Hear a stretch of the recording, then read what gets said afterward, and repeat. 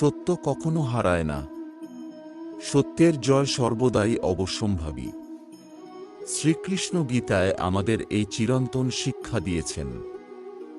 যুদ্ধের ময়দানে যখন অর্জুন ভীত হয়ে নিজের পথ হারিয়ে ফেলেছিল, তখন শ্রীকৃষ্ণ তাকে বলেছিলেন, সত্য এবং ধর্মের পথে থাকলে কখনো পরাজয় আসে না।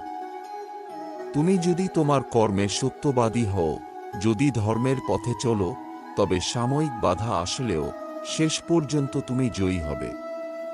শ্রীকৃষ্ণ বলেছিলেন, ধর্মের পথে যারা চলে তাদের কখনো পরাজয় হয় না। সত্য কখনো বিলীন হয় না। সত্য কখনো বিলীন হয় না। সত্যের জয় অবশ্যম্ভাবী।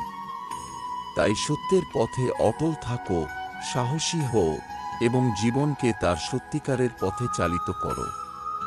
কারণ শ্রীকৃষ্ণের গীতায় সত্যের এই শিক্ষাই চিরন্তন।